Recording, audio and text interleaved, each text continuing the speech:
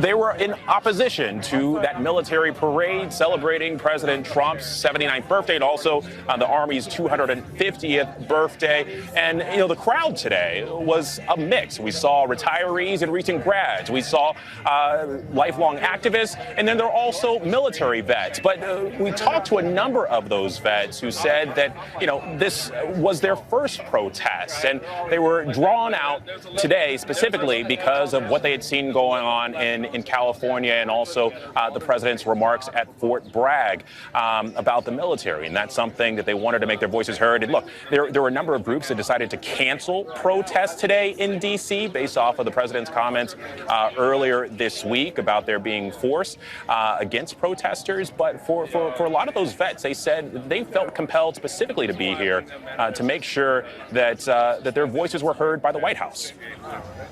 All right, and let's bring in Ike Ajachi, because Ike, we understand that protesters are braving the rain in New York City. I can see the umbrellas right behind you as well. What is the latest there? What are you seeing?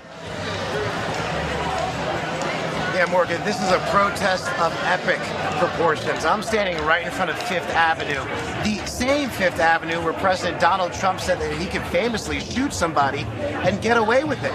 Right now, there are over 100,000 people filmed that same street saying that they want no kings in their government. We're being told about 100 to 250,000 protesters have filled this street, everything with their voices to the countless amount of signs that we've seen here. Everything that says no oligarchy to, of course, that infamous sign referring to Trump as a taco, obviously referring to his negotiation skills. Now, we're being told that this entire protest closed down Fifth Avenue from 42nd Street all the way down to 23rd here. And this has really been going on for about 3 hours now. You can see right behind me, this is literally just finishing.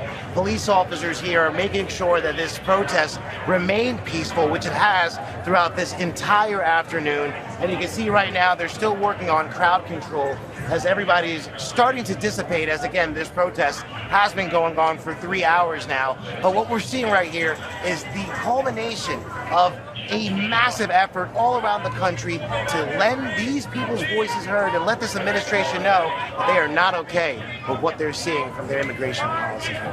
Ike, that is certainly a crowd right behind you there. I want to go to Alex Stone over in L.A. Alex, we've been talking with you all morning on the growing number of people gathering where you are. How strict are law enforcement officials on the curfew that they're setting in place for downtown Los Angeles tonight?